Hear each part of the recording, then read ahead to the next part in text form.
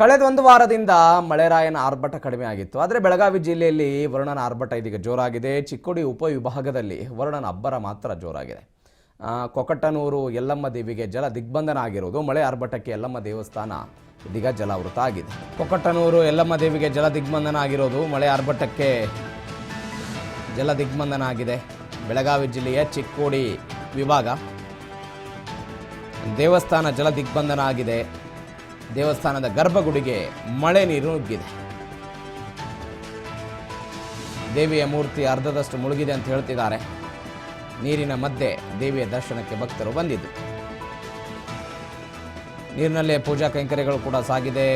ಪ್ರತಿ ವರ್ಷ ಮಳೆಗಾಲದಲ್ಲಿ ದೇವಸ್ಥಾನವನ್ನು ಮಳೆ ನೀರು ಪ್ರವೇಶ ಮಾಡುತ್ತಂತೆ. ಬೆಳಗಾವಿ ಜಿಲ್ಲೆಯ ಅಥಣಿ ತಾಲೂಕಿನ ಕೊಕಟನೂರು ಗ್ರಾಮ ಅಂತ ನೀವು ದೃಶ್ಯದಲ್ಲಿ ಗಮನಿಸ್ತಾ ಇದ್ದೀರಿ.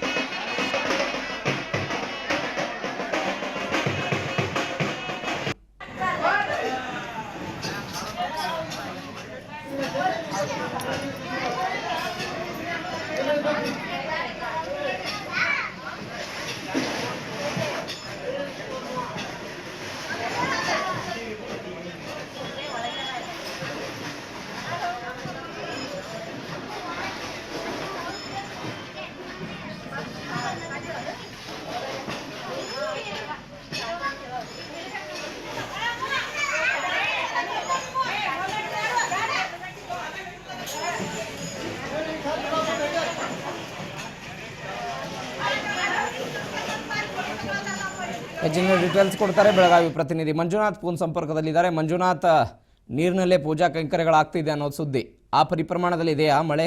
ಚಿಕ್ಕೋಡಿ ವಿಭಾಗದಲ್ಲಿ ಏನ್ ವರುಣನ ಅಬ್ಬರ ಈಗ ಮುಂದುವರೆದಿದೆ ಅಂತ ಹೇಳ್ಬೋದು. ಇದರಿಂದ ಏನ್ ಐತಿಹಾಸಿಕ ಏನ್ ಕೊಕಟನೂರು ಗ್ರಾಮದಲ್ಲಿ ಇರ್ತಕ್ಕಂಥ ಏನ್ ಯಲ್ಲಮ್ಮ ದೇವಿ ದೇವಸ್ಥಾನ ಏನಿದೆ ಈಗ ಸಂಪೂರ್ಣವಾಗಿ ನೀರಿನಿಂದ ಮುಳುಗಿರ್ತಕ್ಕಂಥದ್ದು.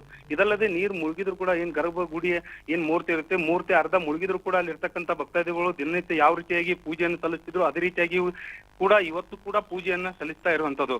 ಇದಲ್ಲದೆ ಈಗ ಅಂದ್ರೆ ಅಲ್ಲಿ ಇರ್ತಕ್ಕಂಥ ಜನರಿಗೂ ಕೂಡ ಅಲ್ಲಿ ಇರ್ತಕ್ಕಂಥ ಜಿಲ್ಲಾಡಳಿತ ಕೂಡ ಈಗ ಆ ರೀತಿ ಯಾರು ಅಂದ್ರೆ ಪೂಜೆ ಆಗಿರ್ಲಿ ಅಥವಾ ಅದ್ರ ಪಕ್ಕಕ್ಕೆ ಹೋಗೋದಾಗಿರ್ಲಿ ಎಷ್ಟು ನಿರ್ಬಂಧ ಮಾಡಿದ್ರು ಕೂಡ ದೇವರ ಮೇಲೆ ಇರ್ತಕ್ಕಂಥ ಭಕ್ತಿಯಿಂದ ಇವತ್ತು ಜನ ಕೂಡ ಅಲ್ಲಿ ಮುಗಿಬೀಳ್ತಾ ಇರುವಂತದ್ದು. ಒಂದ್ ರೀತಿಯಾಗಿ ಪ್ರತಿ ವರ್ಷನೂ ಈ ರೀತಿ ಆಗೋದ್ರಿಂದ ಆ ಟೈಮ್ ನಲ್ಲಿ ಹೆಚ್ಚಿನ ಸಂಖ್ಯೆಯಲ್ಲಿ ಜನ ಬಂದು ಅಲ್ಲಿ ಪೂಜೆ ಮಾಡುವುದು ಒಂದ್ ರೀತಿಯಾಗಿ ವಾಡಿಕೆ ಆಗಿದೆ ಅಂತಾನೆ ಹೇಳ್ಬೋದು.